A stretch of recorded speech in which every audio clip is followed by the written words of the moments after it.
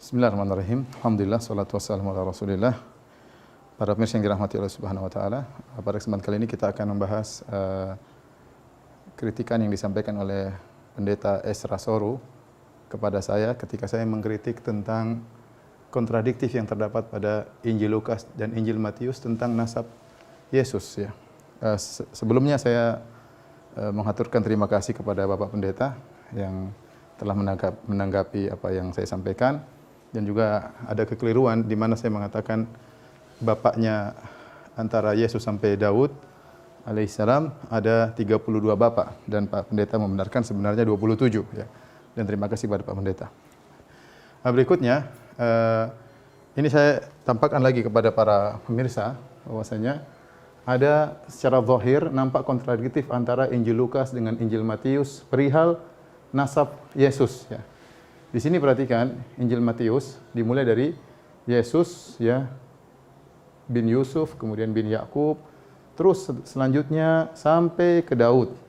Setelah kita hitung bapaknya Yusuf sampai ke Daud, Yusuf, Yakub, Matan, dan selanjutnya ternyata Daud adalah bapak ke-27. Bapak ke-27. Adapun Injil Lukas ya dimulai dari Yesus bin Yusuf, kemudian bin Eli dan seterusnya sampai kepada Nabi Daud alaihissalam, ternyata Daud adalah bapak ke-42. Tentunya jumlah 27 dan 42 adalah jumlah yang sangat beda jauh ya, sangat beda jauh, sangat signifikan ya. Nah, zahirnya ini adalah pertentangan. Satu sisi nama jumlah bapak berbeda, sisi yang kedua nama-nama bapaknya juga berbeda. Lihat di sini. Matan, Eleazar di sini, Lewi, Malkiyane, Yusuf, Matika, Amos, berbeda dengan Zadok, Azor, Eliakim. Ada pertemuan di Zerubabel, Seltiel, Zerubabel bin Seltiel ya. Tapi intinya ada dua kontradiktif yang saya tampakkan, yang nampak dari Injil Lukas dan Matius, yaitu Injil Matius Daud bapak ke-27, Injil Lukas bapak ke-42, dan nama-namanya juga berbeda-beda ya. Dan menurut saya silsilah yang dicatat di dalam Injil Matius dan Injil Lukas itu berbeda, bukan berkontradiksi. Jadi saya kira orang ini tidak bisa membedakan antara kontradiksi dan berbeda. Ya.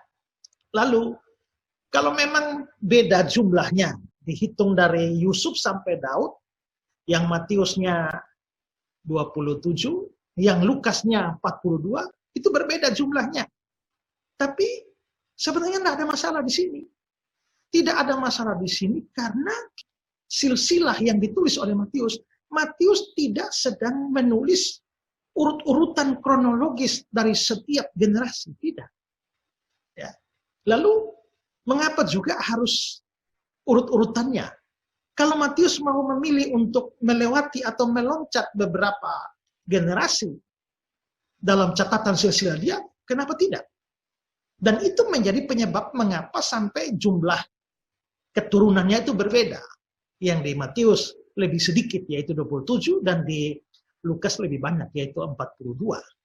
Nah, sebenarnya kalau kita melihat memang Matius dalam kenyataannya memang meloncat. Saya akan berikan atau menunjukkan bukti bahwa itu memang loncatan. Tapi sebelum itu perlu kita ketahui bahwa memang itu bukan hanya maunya Matius seperti itu yang menjadi aneh, tidak. Karena itu juga adalah kebiasaan orang Yahudi. Orang Yahudi kalau mencatat silsilah, kadang-kadang mereka memang memilih karena pertimbangan tertentu meloncati beberapa generasi. Kalau saudara misalnya melihat catatan Alkitab pada waktu mencatat silsilah atau keturunan Harun. Kalau saudara membaca misalnya di Esra pasal 7 ayat 1 sampai ayat yang ke-5, itu turunan Harun itu ini. Tapi kalau dibandingkan dengan catatan 1 Tawarik pasal 6 ayat 3 sampai 14, terlihat bahwa lebih banyak. Itu berarti bahwa Esra pasal 7 itu membuang beberapa generasi dalam catatan silsilah yang diberikan. Jadi itu memang kebiasaan. Karena itu tidak aneh juga lah kalau Matius di dalam catatan silsilah Yesus yang dia tulis itu, dia meloncati beberapa generasi ya, atau beberapa orang. Sehingga karenanya jumlahnya memang menjadi tidak sama dengan yang versi Lukas. Nah, saya akan menunjukkan contoh di mana memang Matius meloncati itu. kita misalnya lihat ya, Matius pasal 1 ayat yang ke-8. Nah, dalam Matius pasal 1 ayat 8 ini, perhatikan yang saya beri warna merah dan garis bawah saja. Yoram memperanakan Usia. Yoram memperanakan Usia. Nah, sekarang tinggalkan dulu Matius 1 ayat 8, kita melihat catatan perjanjian lama. Catatan perjanjian lama 1 Raja-Raja 8 ayat 24-25.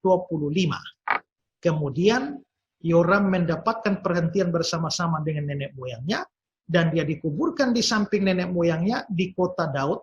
Maka Ahasia anaknya, Ahasia anak Yoram, menjadi raja menggantikan dia. Dalam tahun ke-12 zaman Yoram anak Ahab raja Israel, Ahasia anak Yoram raja Yehuda menjadi raja. Kalau begitu kita bisa lihat bahwa Yoram ini mempunyai anak namanya Ahasia. Nah, terus kita maju ke 2 Raja-Raja 11 ayat 2. Tetapi Yoseba, anak perempuan dari Yoram, saudara perempuan Ahasia, mengambil Yoas bin Ahasia. Yoas bin Ahasia. Kalau begitu, Ahasia punya anak namanya Yoas. Terus 2 Raja-Raja 14 ayat 1. 2 Raja-Raja 14 ayat 1. Amasia anak Yoas. Berarti Yoas punya anak namanya Amasia. Lalu 2 Raja-Raja 15 ayat 1. Asaria anak Amasia. Berarti Amasia punya anak namanya Asaria. Asaria itu bahasa Ibrani. Kalau bahasa Yunani adalah Usia. Ya. Nah, dari ayat-ayat itu, maka kalau kita susun dia, maka Yoram itu punya anak Ahasia, Ahasia punya anak Yoas, Yoas punya anak Amasia, lalu Amasia punya anak Asaria, atau yang dalam bahasa Yunani-nya adalah Usia. Nah, sekarang kita kembali melihat catatan Matius tadi ya, Matius 1 ayat 8. Matius 1 ayat 8 mengatakan bahwa Yoram memperanakan Usia. Nah, saudara lihat, kalau Yoram memperanakan Usia ini, artinya adalah Matius hanya mengambil Yoram dan langsung ke Asaria atau Usia. Dan itu berarti bahwa Matius membuang 3 nama yang ada sebenarnya, ya, yaitu Ahasia, Yoas, dan Amasia. Ini tidak dipakai oleh Matius. Matius langsung dari Yoram loncat ke Asaria yang dalam bahasa Yunani Usia, sehingga dikatakan Yoram memperanakan Usia. Itu. Nah, Pak Pendeta Esra Soru ya meluruskan saya. Beliau mengatakan bahwasanya sesungguhnya apa yang ditulis oleh Matius dan Lukas tidak kontradiktif, memang berbeda, tapi sebenarnya tidak kontradiktif. Kenapa? Beliau jelaskan ya bahwasanya Matius tatkala menghitung bapak sampai ke Daud, silsilah Yesus sampai ke Daud atau silsilah Yusuf sampai ke Daud, Matius melakukan sistem meringkas nasab. Ya. Kemudian Pak Pendeta berdalil dengan kenyataan yang terjadi antara perbandingan Injil Matius dengan dalam kitab Raja-Raja, di mana Matius menyebutkan Uzia, ya, anaknya Yoram, ya, sebagaimana dalam Matius 1 ayat 8. Ternyata disebutkan dalam kitab-kitab yang lainnya, ternyata antara Uzia sampai Yoram itu ada 3 bapak yang lain, ya, yaitu Yoram punya anak namanya Ahazia, sebenarnya dalam 2 Raja-Raja 8, 24-25, kemudian Ahazia punya anak namanya Yoas, Yoas punya anak namanya Amazia, Amazia punya anak namanya Azaria atau Uzia. Jadi ternyata Matius ketika menyebutkan Uzia anak Yoram, ya, dia telah menghapus 3 bapak. Ya, ini metode untuk mudah mengingatkan, ya, untuk mengingat, sehingga disebutkan tokoh-tokoh yang penting, ya. Jadi Uzia anak Yoram 3 bapak dihapuskan. Kita setuju, dan kata beliau ini adalah kebiasaan orang Yahudi. Saya katakan bukan cuma kebiasaan orang Yahudi saja, bahkan kebiasaan orang-orang Arab pun demikian. Terkadang menisbahkan seseorang kepada bapak yang dekatnya, terkadang kepada bapak yang jauh. Dan itu kebiasaan dalam dalam nasab-nasab Arab hingga sekarang, dan itu tidak jadi masalah. Taib. Sehingga beliau mencontohkan ini. Namun yang menjadi perhatian saya, ya, bisakah kita menerapkan hal ini kepada Injil Matius dan Injil Lukas? Ya. Saya ingin Pak Pendeta menjelaskan bagaimana teknik Matius dalam meringkas. Seperti ini kan jelas.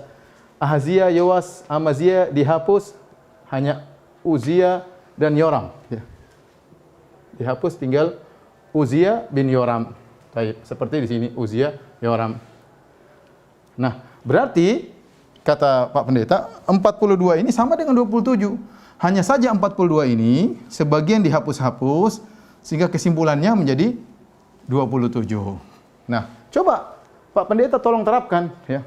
Apa yang Pak Pendeta terapkan pada Uzia bin Yoram dengan menghapus 3 bapaknya, coba terapkan di sini. Tunjukkan mana yang dihapus, 42, mana saja yang dihapus, ya.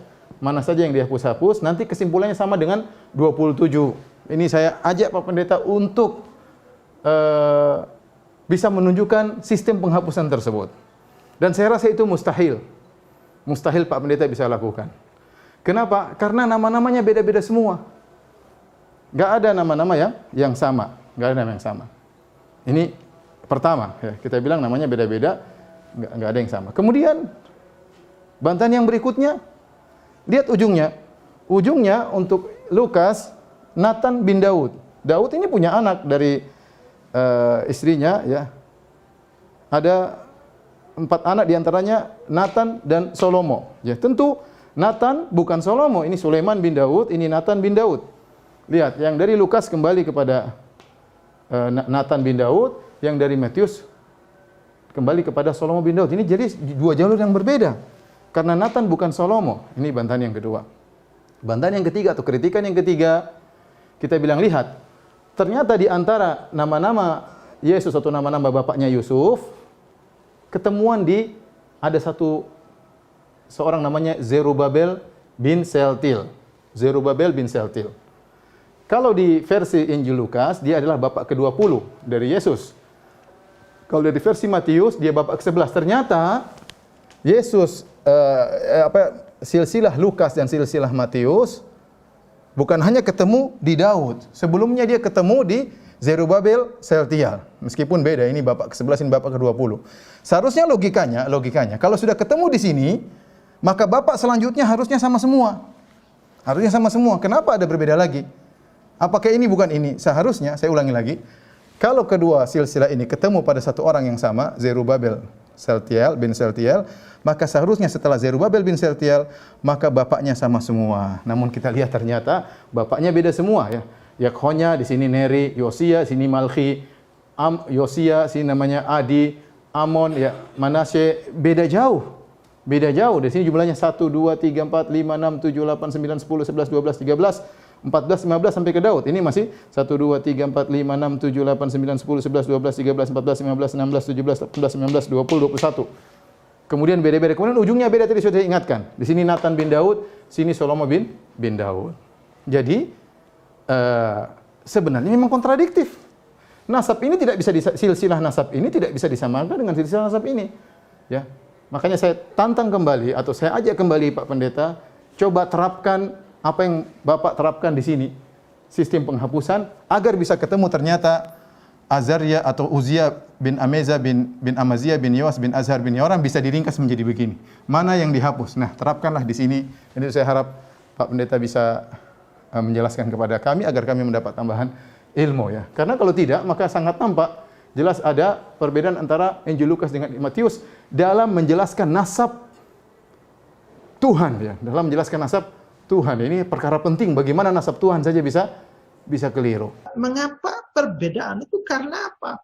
Karena 2 silsilah ini, ya. 2 silsilah Matius dan Lukas itu memang banyak perbedaan. Sebenarnya tidak aneh, karena apa?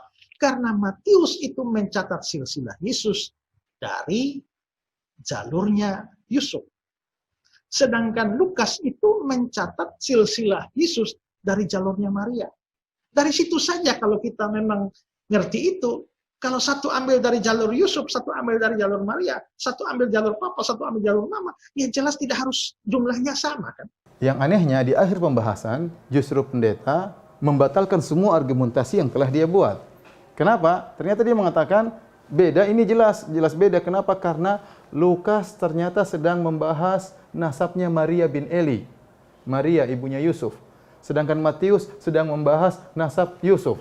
Jadi Yesus menurut Lukas dibahas dari nasab mamanya, adapun Matius sedang membahas Yesus dari nasab papanya. Ya nasab mama dengan nasab papa memang berbeda. Ya sudah kalau gitu ngapain dibuat sistem peringkasan oleh Matius dan macam-macam, kemudian dikatakan bahwasanya sebenarnya ini sama, hanya sistem peringkasan oleh Matius, tidak ada kontradiktif. Ya semua dari yang dia ucapkan dari awal berarti batil, tidak perlu dibahas kalau begitu. Ya, taib. Sekarang kita bahas perkataan Pak Pendeta bahwasanya Lukas ini mencatat mengikuti tradisi Yahudi. Jadi Yahudi menurut Pak Pendeta tidak memperhatikan wanita, sehingga ketika menulis nasab yang dimasukkan Yusuf. Yusuf ini menantunya Eli. Jadi sebenarnya di sini Yesus bin Maria bin Eli. Ya. Kemudian dilanjutkan dengan nasabnya Eli. Tetapi Maria tidak bisa dimasukkan, diganti dengan Yusuf. Lah kenapa Yusuf dimasukkan sini? Menurut Pak Pendeta bahwasanya kebiasaan orang Yahudi manggil mantu dengan anak, Kita akan kritiki perkataan Pak Pendeta. Ya. Yang pertama, yang ingin saya tanya, mana dalilnya? Ya, mana dalil bahwasanya Eli adalah bapaknya Maria? Mana dalilnya? Eli adalah bapaknya Maria. Kemudian yang kedua, ya, Yusuf ini kan suatu orang yang dia punya nasab, seorang yang punya nasab. Kalaupun mertua memanggil menantu dengan anak, saya rasa itu wajar. Kita pun demikian, kalau kita ketemu menantu kita bilang anakku, anakku. Tetapi pasang nasab menantu kita dengan nasab kita, apakah ini boleh dalam Yahudi? Tanya, mana dalilnya? Atau hanya klaim saja yang tidak ada dalilnya? Saya ingin tanya sama pendeta, apakah ada dalil bahwasanya kita boleh nasab? Kita kalau manggil menantu boleh panggil anakku, tapi kita pasang nasab kita pada nasab menantu, apakah boleh? Sementara menantu kita punya nasab yang jelas menurut Matius. Ya. Ya. Kata Pak Pendeta karena Lukas menulis menurut tradisi Yahudi. Saya jadi bingung. Ini sebenarnya, mohon maaf ya, ini sebenarnya kitab suci dari Tuhan, ya, atau karya Lukas ya? Apakah kitab suci dari Tuhan? Ya, penulisnya adalah Allah atau Allah. Kemudian mengikuti tradisi Yahudi yang tidak mengakui Yesus sebagai nabi, yang mengharuskan nabi keturunan Daud ya. Seakan-akan Lukas ini karya dia, sekedar dia ahli sejarah kemudian dia menulis ya. Apakah Allah Subhanahu wa taala menurunkan dengan dua model seperti ini, menurunkan sabda-sabdanya dengan dua model seperti ini? Pak Pendeta mengatakan Lukas mencatat sesuai dengan tradisi Yahudi. Jadi berarti tulisannya Lukas, ini bukan firman Tuhan ya. Firman Tuhan ya. Terakhir, taruhlah saya menerima pendapat penjelasan Pak Pendeta bahwasanya Lukas sedang menjelaskan nasab mama dari jalur mama yaitu Maria binti Eli. Kemudian Matius sedang menjelaskan nasab dari jalur papa ya, Yusuf bin Yakub. Tapi toh kedua nasab tersebut bertemu pada orang yang sama. Lihat di sini Zerubabel bin Saltiel, di sini juga Zerubabel bin Saltiel. Nah, sama ini, ketemu nih. Jadi nasab mama, nasab papa ketemu di orang ini. Pertanyaannya, kenapa di bawahnya bisa beda semua? Seharusnya kalau udah ketemu selesai, nasabnya nyambung, harusnya demikian. Ini kenapa beda? Ya tetap saja kontradiktif. Ya ini berarti ada human error. Matius salah nyatat atau Lukas salah nyatat. Demikian yang bisa saya paparkan kepada para pemirsa juga para Pak Pendeta. Saya berterima kasih Pak Pendeta sudah menanggapi apa yang saya sampaikan.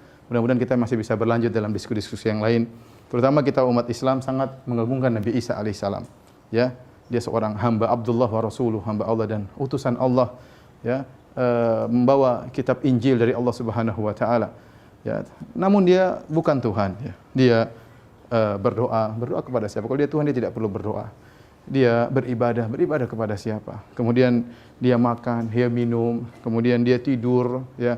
Beliau alaihissalam kemudian juga lapar, ya. Tentu ini jauh dari sifat-sifat Tuhan. Semoga Allah Subhanahu wa taala memberi hidayah kepada kita semua di mana Allah Subhanahu wa taala berfirman, "Qul ya ahlal kitab ta'alu ila kalimatin sawa bainana wa bainakum alla na'budu illallah." Wahai ahlal kitab, ya, kembalilah kepada kita sama-sama menuju satu kalimat yang sama. Apa kalimat yang sama tersebut? Alla na'budu illallah. Jangan kita beribadah kecuali hanya kepada Allah. Wala yattakhidha ba'duna ba'dhan arbaba min dunillah, dan jangan menjadikan sebagian kita, ya, nabi-nabi menjadi sesembahan selain Allah Subhanahu wa taala.